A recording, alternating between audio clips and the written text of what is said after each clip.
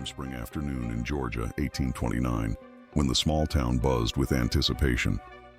Villagers dressed in their finest, children scampered through sunlit streets, and the scent of fresh flowers mingled with the earthy aroma of the surrounding fields. At the heart of the excitement stood a couple on the verge of union, their faces bright with expectation, their hands clasped in solemn promise. But beneath the veneer of celebration, a shadow lingered, subtle, almost imperceptible, like a distant tremor beneath calm water. The bride and groom were not extraordinary in appearance. Their features were common, their attire typical of prosperous rural families.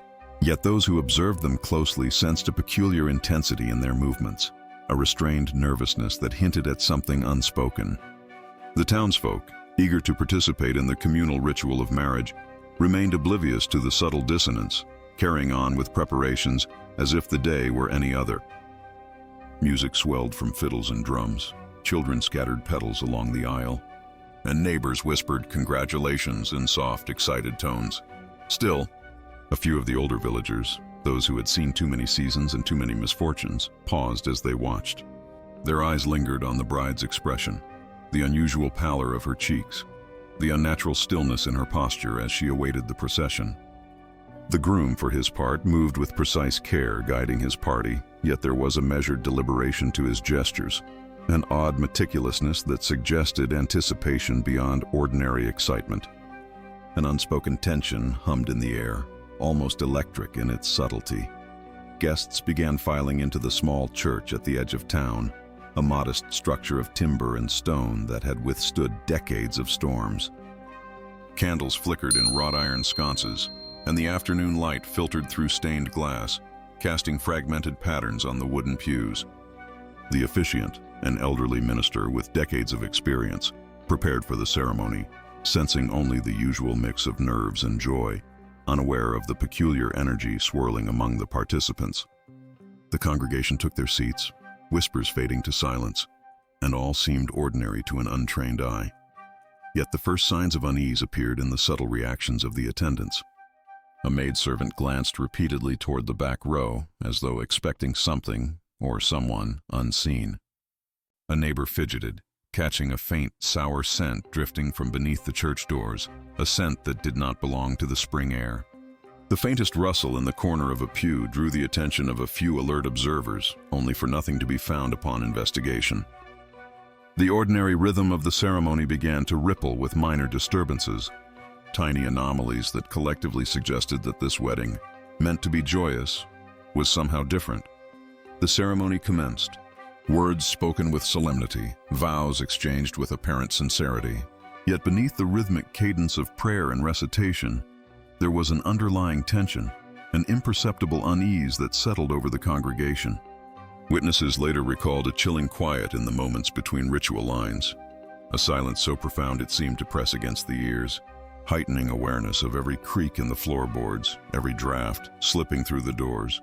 The officiant, experienced as he was, could not explain the odd sensations he felt, an emotional tremor in the air, a shadow that lingered despite the sunlight streaming through the windows. Outside, the day continued as expected.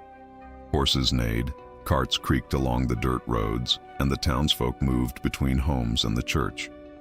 Yet some who had attended the wedding began to notice details that unnerved them. The flowers along the aisle seemed oddly faded, as though touched by frost. Candles flickered with unnatural rhythm, casting shadows that appeared elongated, twisting into shapes that suggested movement beyond their simple flame.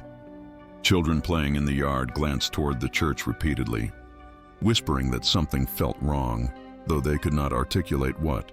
It was during the final blessing that the first true ripple of horror reached the congregation. A subtle shift in the air, almost like a vibration, passed through the room. A faint, sour smell intensified, now unmistakable in its presence. The bride's expression stiffened, her eyes briefly widening, catching an observer by surprise. The groom's hand twitched involuntarily, an imperceptible movement, yet one that signaled awareness of an unseen force. Some witnesses later described a momentary chill that traveled up their spines, as though the warmth of spring had been replaced by the breath of something long forgotten. No one could have anticipated what would follow. As the newlyweds exited the church, there was a subtle shift in the cadence of their steps. a hesitation that drew the attention of those nearest. A small group of townsfolk noted a strange alignment in the procession, a symmetry that seemed deliberate, almost ritualistic. At that instant, an observer later recounted, the air thickened, shadows deepened, and an overwhelming sensation of inevitability descended upon all present, as if some hidden design had been set in motion, one that none could yet understand. In the weeks and months that followed, whispers grew into stories and stories into legend. Villagers recalled details of the wedding that had seemed innocuous at the time, but later appeared ominous in hindsight. The pallor of the bride's skin, the calculated movements of the groom, the faint but persistent odor noted by a few sensitive observers. An undercurrent of mystery threaded through every retelling, forming a narrative that would linger for decades, waiting for the truth to emerge from the shadows. This was no ordinary union of two people. It was a convergence of social expectation, ritual, and unseen forces that would culminate in a tragedy unlike anything the region had ever witnessed. The wedding that began under the promise of joy would end in silence, secrecy, and horror, leaving behind a mass grave that spoke to the fragility of human understanding, the shadowed complexities of social life in early 19th century Georgia, and the capacity for unforeseen catastrophe to intrude upon even the most carefully arranged celebrations. From the first measured steps down the aisle to the final quiet murmurs of departing guests, the atmosphere of that day set the stage for events that would echo through time. The characters involved, forever anonymous in historical record, became archetypes of human frailty and resilience, their story a cautionary tale of how joy and terror can coexist within the same moments. And as the sun set over the Georgian fields, casting long shadows across the town, the air seemed to carry a silent, persistent question. How could a day meant for union become the prelude to mass death? And what unseen currents of history, culture, and human behavior had conspired to make it so? Georgia in the early 19th century was a state marked by contrasts, shaped by a blend of rural traditions, emerging commerce, and the lingering shadows of colonial and antebellum society. Small towns were tightly knit communities where everyone knew each other's names, and social gatherings, church services, markets, and weddings formed the backbone of communal life. In these settings, rituals and expectations were deeply embedded. Marriages were not merely personal unions, but events that reinforced social bonds, reflected economic standing, and maintained local hierarchies. A wedding was a public affirmation of continuity and stability, a signal to neighbors and extended family that life would proceed in a predictable and orderly manner. Life in these rural towns was heavily influenced by agriculture. Families relied on subsistence farming and trade, with households often spanning multiple generations under one roof. Daily routines were dictated by the seasons, the weather, and the demands of the land. Men labored in fields, tended livestock, and maintained structures, while women managed domestic chores, child-rearing, and, often, the preparation of elaborate meals for gatherings and ceremonies. The rhythm of life was steady, almost cyclical, punctuated by occasional events that disrupted ordinary routines, a barn raising, a harvest festival, or a wedding. These events were both celebratory and functional, reinforcing social norms and the moral framework of the community. The cultural milieu of Georgia during this period was deeply informed by religious traditions. The church was the center of social and spiritual life, guiding moral conduct, offering education, and mediating disputes. Ministers wielded significant influence. Their approval or censure could affect reputations and livelihoods. Spirituality was intertwined with everyday practice, and religious teachings shaped the understanding of life, death, and the natural order. Deviations from established norms, whether in dress, behavior, or domestic management, were noticed and often attributed to moral failing or spiritual imbalance. This framework made any unusual household behavior, particularly surrounding death, a matter of concern, fear, or gossip. Mortality was an omnipresent aspect of life. Disease, childbirth, accidents, and limited medical knowledge contributed to relatively high death rates, and communities developed both practical and ritualized responses to death.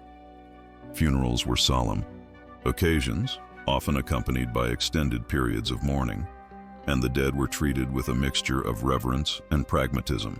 Family members were expected to comply with established mourning customs, which included rituals such as covering mirrors, refraining from celebrations, and sometimes isolating grieving relatives. The proximity of death in daily life, combined with communal awareness of mortality, created an environment where exposure to corpses was neither unusual nor entirely shocking, though social codes dictated clear boundaries. Social hierarchies were also a defining feature. Land ownership, wealth, and family lineage determined status, and residents were keenly aware of these distinctions. Weddings, in particular, were occasions where these hierarchies were publicly displayed. The choice of attire, the scale of the celebration, and the composition of guests all signaled social standing.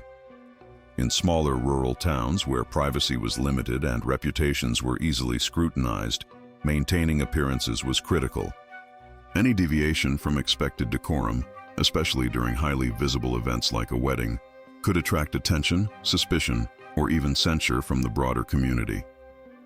Medical understanding was limited, and beliefs about disease, decay, and contagion were often interwoven with superstition and folk remedies. Practices related to death and post-mortem care were informed by a combination of religious teaching, local custom, and pragmatic necessity. While most families adhered to traditional burial practices, exceptions could arise, particularly in isolated areas where professional services were scarce and resources limited. The tension between the idealized, ritualized handling of the dead and the practical realities of frontier life sometimes led to unconventional solutions, which could appear shocking to outsiders. Education and literacy were unevenly distributed.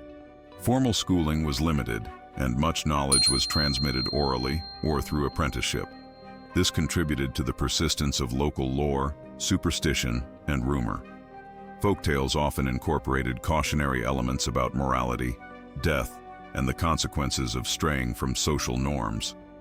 Stories of misfortune, illness, or mysterious events were told to reinforce communal values and ensure adherence to expected behavior. Within this cultural context, a wedding that deviated from normative patterns, particularly one culminating in tragedy, would quickly become embedded in local consciousness as both warning and legend. The role of women in these communities was defined by both expectation and necessity. Marriage was a primary means of securing social and economic stability, and domestic proficiency was highly valued. Women were expected to manage household affairs, care for children, and participate in communal events with poise and decorum. Any unusual behavior in women, particularly in highly visible contexts such as weddings, could generate speculation and concern.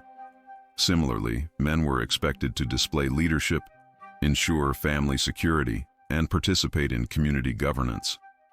The interplay between gender expectations and social perception created a framework within which deviation, intentional or not, was magnified, scrutinized, and interpreted. Travel and communication were slow, meaning that news of extraordinary events traveled first through word of mouth. The impact of a single event could ripple through a region over weeks, with each retelling introducing embellishments, conjecture, or moral interpretation. This mechanism allowed stories of unusual domestic behavior or tragedy to gain momentum, becoming part of local folklore and historical memory. In the case of weddings, where emotions were high and attention focused on ritualized performance, even minor anomalies could acquire profound significance in retellings, shaping communal perception for generations. Within this historical and cultural context, the stage was set for the events of the 1829 wedding. The community's emphasis on ritual, reputation, and moral order created high expectations for decorum and propriety. Simultaneously, the practical realities of rural life, exposure to death, isolation, limited medical resources, and reliance on informal systems of knowledge introduced variables that could amplify tragedy when unforeseen complications arose. The convergence of these forces explains how a celebration intended to unify, to mark the continuity of life and social order, could instead descend into horror. The house in which the wedding took place, modest yet sufficient for a family of standing, reflected these dynamics. Its wooden beams, carefully constructed hearth, and adjacent farmland suggested prosperity and care. Yet the isolation inherent in rural homesteads also meant that events within could unfold largely unnoticed, allowing circumstances to develop without immediate intervention. This physical separation, combined with social expectation and communal attention focused elsewhere, created the conditions for the tragedy that would later shock the region. Even the natural environment played a role in shaping perceptions and possibilities. Georgia's humid climate, dense forests, and seasonal storms influenced travel, communication, and agricultural practices. Weather patterns could delay assistance, obscure hazards, and heighten tension during critical events. In the case of the 1829 wedding, the interplay between environmental conditions and human decision-making contributed to a scenario in which tragedy could escalate, leaving a lasting imprint on both participants and observers. In sum, understanding the social, cultural, and environmental context of early 19th century Georgia is essential to appreciating the forces at play during the wedding that would end in a mass grave. The community's rituals, expectations, and moral frameworks, combined with practical realities of frontier life, limited medical knowledge, and exposure to death, created an environment where even minor deviations could escalate into catastrophe. Within this framework, ordinary lives intersected with extraordinary circumstances, laying the groundwork for a story that would resonate for generations, a story that bridges history, psychology, and the quiet, inexorable forces that shape human behavior under pressure.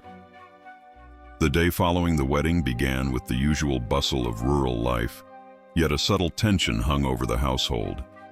Guests had dispersed, leaving the newlyweds and their immediate family alone in the wooden home surrounded by fields that stretched toward the horizon. Inside, the atmosphere was thick, heavy with the echoes of ceremony and the faint, lingering scent of flowers mixed with smoke from the hearth. Every footstep, every creaking floorboard seemed amplified in the silence, drawing attention to the minutiae of domestic life with an almost oppressive clarity. Early in the morning, a child stumbled while fetching water from the well. The fall was minor, a scraped knee and bruised elbow, yet it punctuated the fragile sense of order. The mother hurried to aid the child, her hands trembling slightly as she cleaned the wound. The intensity of her concern seemed disproportionate to the injury, yet observers would later interpret it as an early sign of the family's obsessive control over both life and death, a reflection of the meticulousness that would govern their existence. Even this small accident resonated throughout the household, drawing the attention of siblings who paused mid-task, aware of the sudden shift in energy. As midday approached, a routine task became unexpectedly perilous.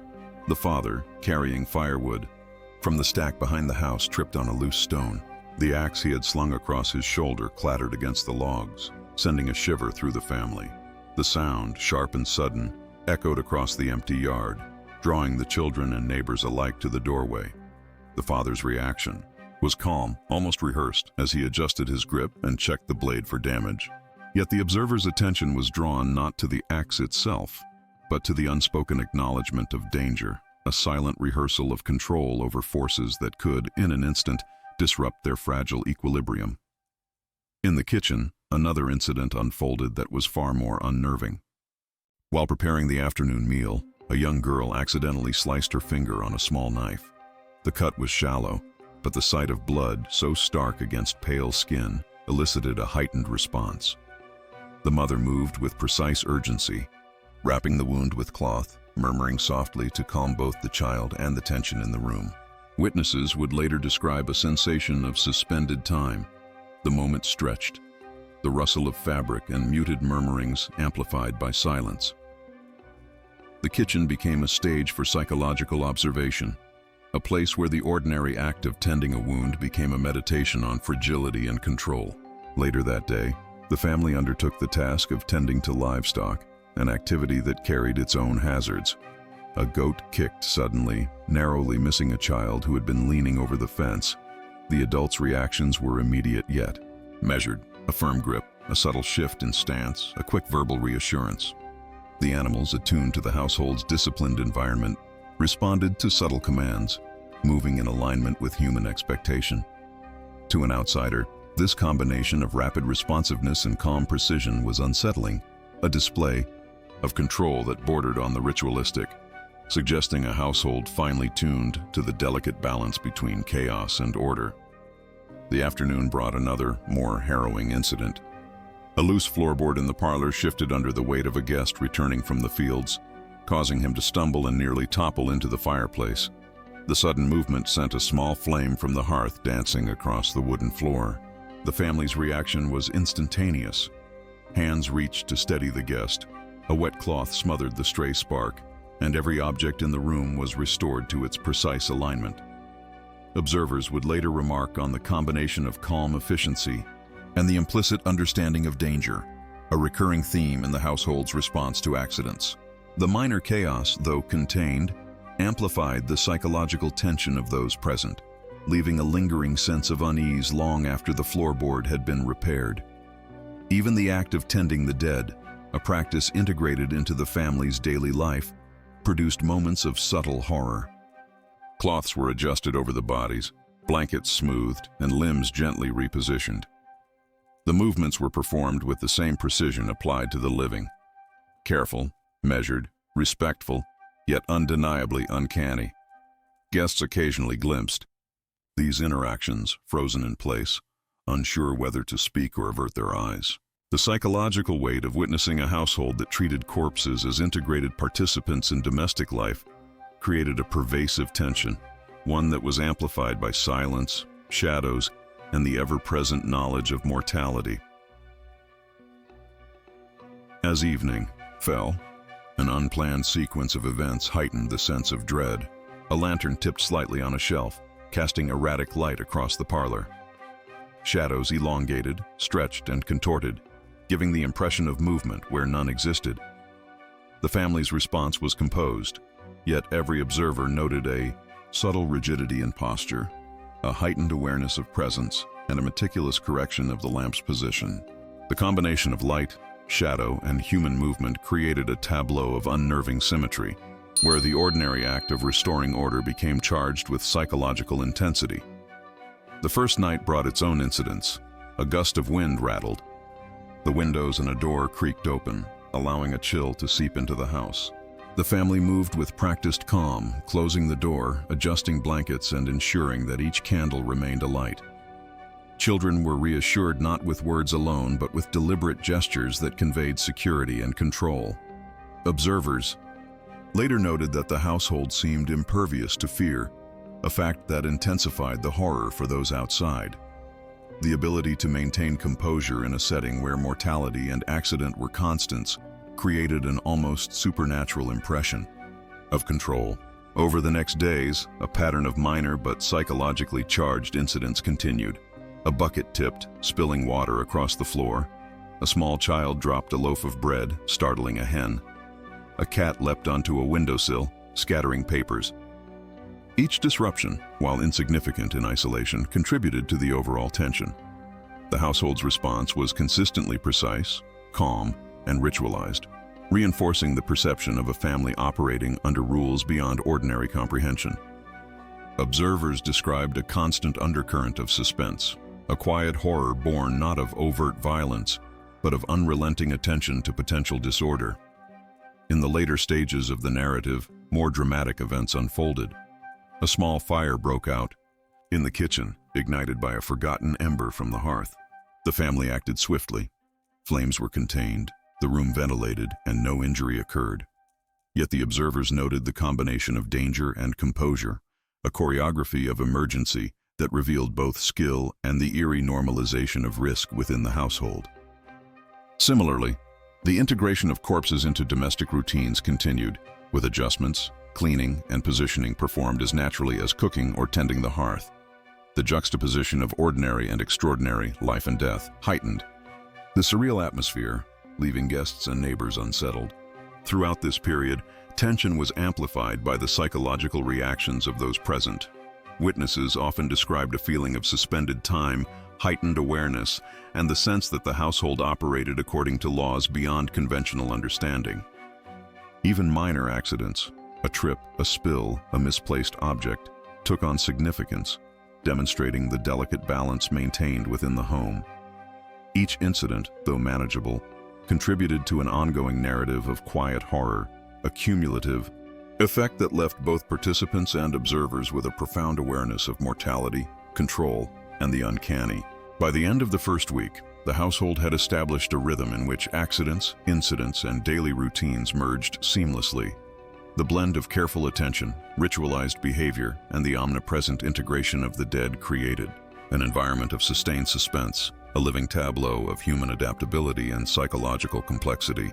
The incidents, though often mundane, acquired a narrative weight that amplified the unsettling nature of the family's existence. What may have been trivial elsewhere became psychologically intense here, each small disruption revealing the household's extraordinary discipline and the eerie calm with which it confronted both life and death. News of the events that unfolded at the 1829 wedding spread slowly at first, carried by word of mouth across the surrounding countryside.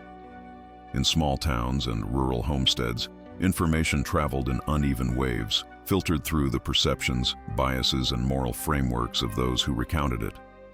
Neighbors who had attended the wedding returned home with a mix of disbelief, apprehension, and a vague sense of dread. Each retelling emphasized different details: the pallor of the bride, the methodical movements of the groom, or the unsettling calm in which the family handled minor accidents and the presence of the dead. These variations were natural in oral transmission, yet each layer of interpretation amplified the story's psychological impact. Family members struggled with a complex mixture of shame, fear, and protective instinct. Older relatives, bound by social expectation and kinship, sought to explain or rationalize the events, framing them as unusual but understandable within the pressures of rural life. Younger family members, who had witnessed the incidents firsthand, experienced a mixture of anxiety and adaptation. Over time, they internalized a level of composure that outsiders found unnatural, a calm that reinforced both the mystery and the unease of the household. Domestic cohesion became a priority, as any disruption of routine might invite scrutiny from neighbors or authority figures. Physicians and early medical practitioners who were consulted approached the events with a combination of curiosity and skepticism. The limitations of medical knowledge in 1829 constrained their ability to provide definitive explanations.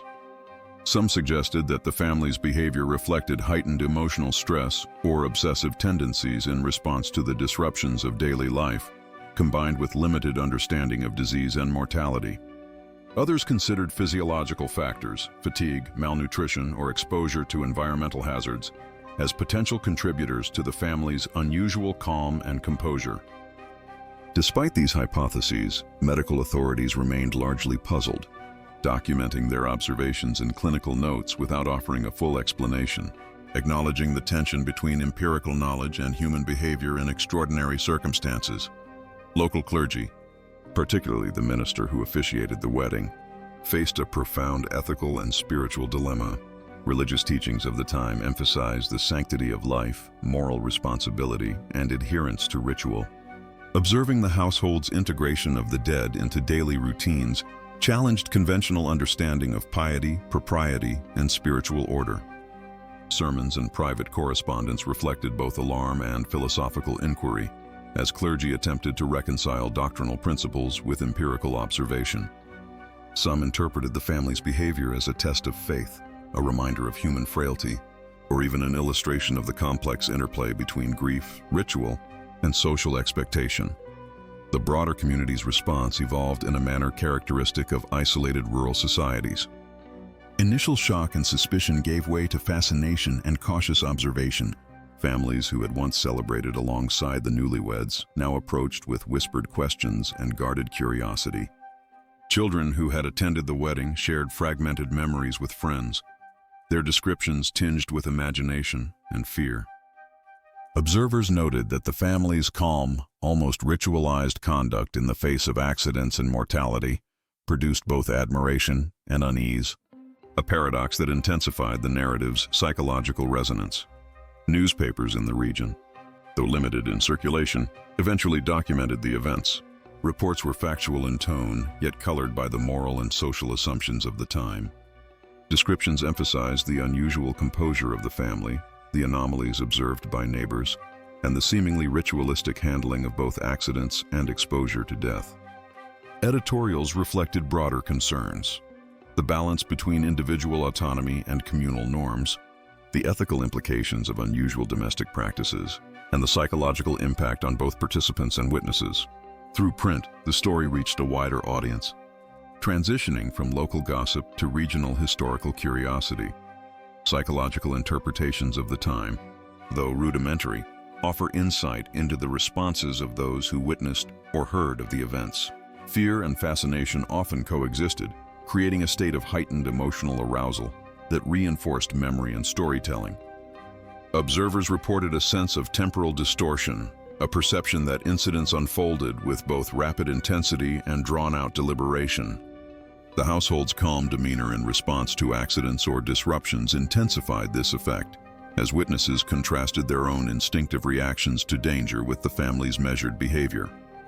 In effect, the events functioned as a case study in early frontier psychology, illustrating how humans respond to stress, uncertainty, and the presence of mortality in a culturally and environmentally specific context.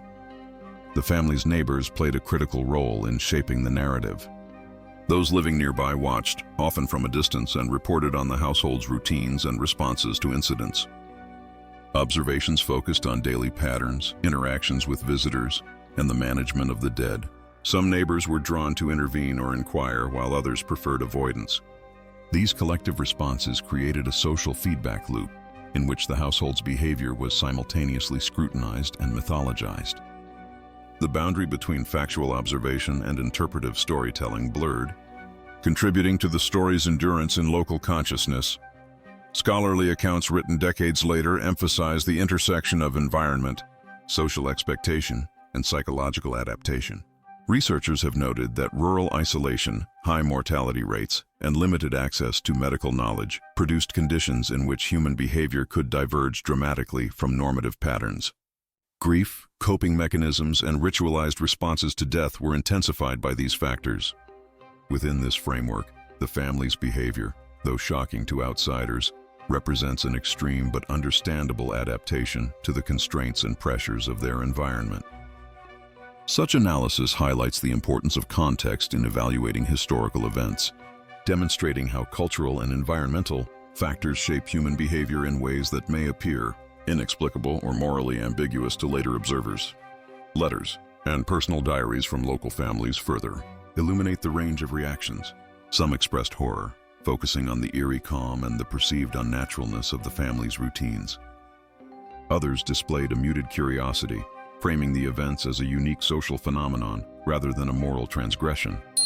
Religious reflections often emphasize the importance of maintaining virtue and adherence to divine order, while some private correspondences acknowledged the psychological resilience displayed by the family despite the unsettling nature of their practices.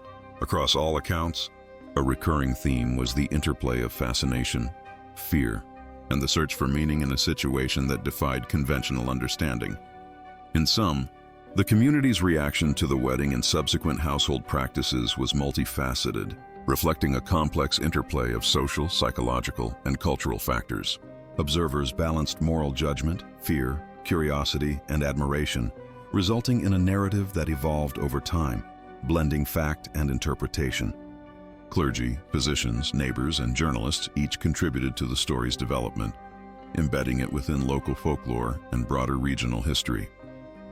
The cumulative effect of these responses ensured that the events remained significant, not only as a historical occurrence but also as a lens through which to examine human behavior, societal expectation, and the psychological impact of confronting the extraordinary in ordinary life.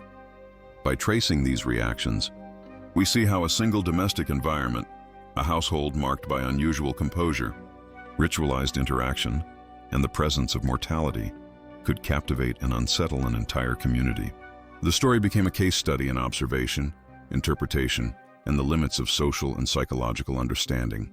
It is within this context that the narrative of the 1829 wedding transitions toward its climactic events, setting the stage for the dramatic culmination that would ultimately leave a lasting mark on both the family and the wider society. As spring deepened into summer, the tension that had quietly built within the household reached a fragile crescendo. The ordinary rhythm of rural life, Preparing meals, tending the fields, managing livestock continued, yet beneath the surface an invisible strain pulsed, measured and deliberate. The household operated with precise routines, yet each movement carried an implicit anticipation, as if every action were a prelude to something unavoidable. Neighbors noted subtle anomalies, shadows cast at odd angles, footsteps that seemed synchronized with invisible patterns, and the occasional chilling stillness that fell over the home as if the air itself were holding its breath. One afternoon, a routine chore became the catalyst for unforeseen escalation. A wooden ladder, leaned against the barn for routine repairs, shifted unexpectedly under the weight of a laboring adult. The sudden clatter resonated across the property, startling a flock of chickens and causing nearby children to freeze mid-step. The father steadied the ladder with careful hands, checking each rung with meticulous care. Observers noted a strange intensity in his movements, calculated, almost ceremonial. The tension in the air thickened, heavy and palpable, as if the household were collectively aware that any misstep could trigger an irreversible sequence of events. Moments later, a minor dispute between siblings over a spilled bucket of water escalated into silent tension that dominated the household. Words were spoken softly, deliberately, yet every gesture seemed amplified. The mother intervened, her hands steady and precise, yet her eyes betrayed a flicker of urgency, the faintest reflection of apprehension. In the quiet of the parlor, a candle flickered and cast long, twisting shadows across the walls, creating a visual echo of the psychological strain that had quietly enveloped the family. The room seemed to vibrate with anticipation, and for a moment the ordinary became charged with the extraordinary. That evening, the pivotal moment arrived. A sudden illness struck one of the children, a convulsion that drew the attention of the household to its full gravity. The mother's hands moved swiftly and calmly, adjusting blankets, checking pulses, murmuring instructions. Yet beneath her composed exterior was an undercurrent of fear that pulsed with every breath, sensed by those who observed from the threshold. The father, meanwhile, prepared basic remedies, drawing upon knowledge of herbs and folk medicine. Their combined efforts formed a delicate choreography, a dance of care and control performed against the relentless progression of mortality. As night descended, the house itself seemed to respond. Wind howled through the surrounding trees, rattling windows and doors, while the flickering candlelight cast grotesque silhouettes across the walls. The household moved as one, attending simultaneously to the living and the dead, adjusting blankets, smoothing garments, and performing tasks that had become ritualized. Visitors who arrived, initially out of concern, were met with a calm that contrasted sharply with the storm outside, a quiet horror born not of screams but of unnerving precision. The juxtaposition of natural chaos and domestic order heightened the tension, making the ordinary acts of care appear extraordinary, almost supernatural. In the early hours, another incident tested the family's composure. A small fire ignited in the hearth due to an ember catching a stray piece of straw. Flames licked the edges of the room, producing acrid smoke that stung the eyes and filled the house with a sharp, acrid odor. The adults reacted with immediate efficiency. Water was applied, embers smothered, and no damage was done to the room or its inhabitants. Yet the psychological impact on those present was profound. Observers recalled the intensity of the moment, the simultaneous threat of destruction, and the household's uncanny ability to contain it without panic. Shadows twisted, and the flickering light turned ordinary objects into menacing forms, as if the room itself were complicit in the unfolding drama. The culmination of these events came when the alignment of minor accidents, medical emergencies, and household rituals converged. A heavy wooden door, previously unnoticed, creaked under a gust of wind, revealing a partially hidden storage area where corpses were carefully arranged and maintained. The presence of the dead in the midst of ongoing life became undeniably apparent to any visitor who crossed the threshold. Reactions ranged from horror-struck silence to a frozen, almost reverent acknowledgement of the family's meticulous care. The household, however, continued without hesitation, integrating the moment seamlessly into daily routines, reinforcing the sense of unnatural calm in the face of the extraordinary. Neighbors, drawn by whispers and the strange scent carried on the night air, approached cautiously. The family's response was consistent, composed, deliberate, and ritualistic. Observers reported a mixture of awe and fear, struggling to reconcile the calm efficiency with the sheer abnormality of circumstances. The juxtaposition of life, death, and ritualized action created an environment charged with psychological intensity, a tableau in which the ordinary and the macabre existed in uneasy equilibrium. Throughout this climactic period, the family maintained an almost meditative focus, balancing care for the living with attention to the dead, responding to emergencies with precision, and navigating minor disasters with calm. The psychological tension for outsiders intensified as they witnessed acts that blurred the line between the natural and the unnatural. Each minor disruption, a falling object, a spilled liquid, a sudden movement of a child, was met with controlled intervention, reinforcing the sense of ritual, discipline, and deliberate awareness. The household became a microcosm of human adaptability under extreme circumstances, demonstrating resilience that was at once impressive and deeply unsettling. By dawn, after a night punctuated by minor fires, illness, and unnerving displays of control, the full magnitude of the household's condition became apparent. Observers, neighbors, visiting relatives, and a few physicians who had been called in to provide guidance witnessed a family whose existence intertwined life and death so seamlessly that the boundary between them seemed to dissolve. Ordinary acts of care became spectacles of psychological and ritualistic significance. The pervasive calm, the meticulous attention to detail, and the unwavering composure produced a sense of eerie inevitability, leaving witnesses with an indelible impression of human capability and fragility. The climatic tension did not require overt violence or dramatic confrontation. Its potency lay in the quiet intensity, the measured responses to accidents and emergencies, and the integration of mortality into daily life. Shadows stretched unnaturally across walls, candle flames danced unpredictably, and even ambient noises, creaking wood, whispering wind, the distant calls of animals, contributed to an atmosphere of sustained suspense. The household itself became a living entity, responding to internal and external stimuli with a coherence that was both comforting and terrifying to those who observed. By the end of this climactic period, the narrative reached its zenith.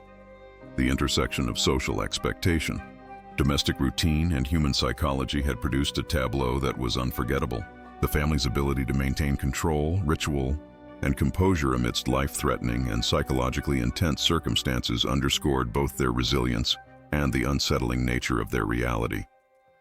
Witnesses departed with a mixture of relief, awe, and lingering dread, carrying with them stories that would circulate, grow, and eventually become legend, bridging the gap between historical record and folklore, and leaving an enduring impression of the extraordinary within the ordinary. In the years that followed the harrowing events of the 1829 wedding, the household at the center of the tragedy remained a subject of fascination and unease for the surrounding community. Time moved forward, as it inevitably does, yet the memory of the family's extraordinary composure, their ritualized interactions with life and death, and the ultimate mass grave that followed continued to ripple through local consciousness.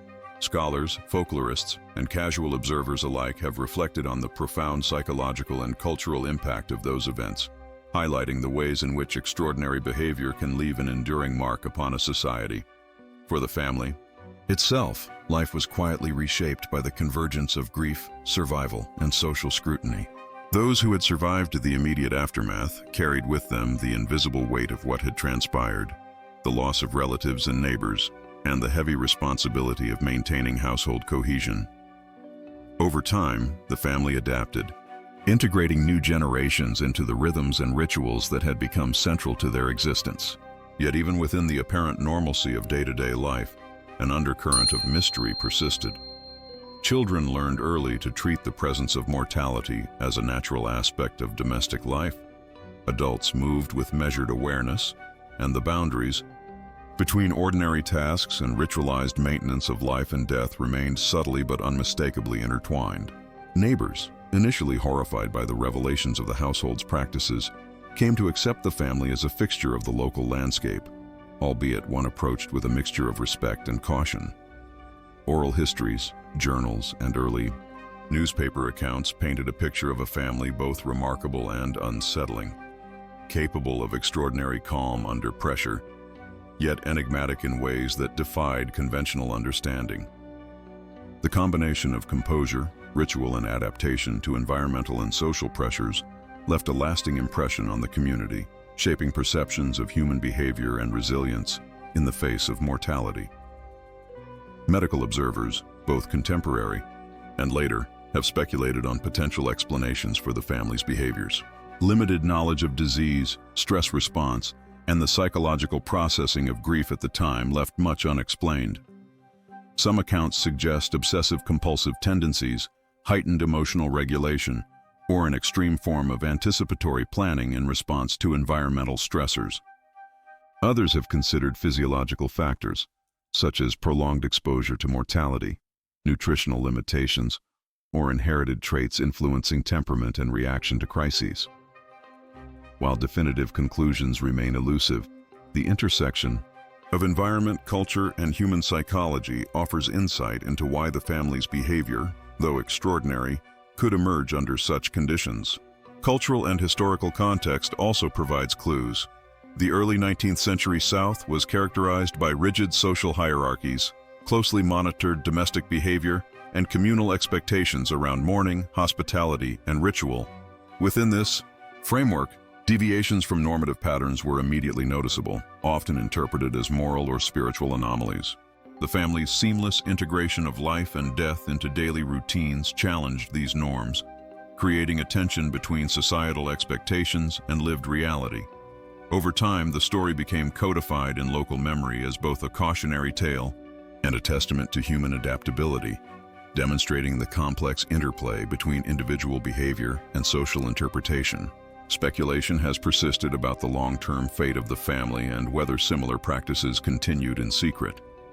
Anecdotal accounts, passed down through oral tradition, suggest that some members may have relocated, carrying with them the habits, rituals, and extraordinary composure that had defined their household.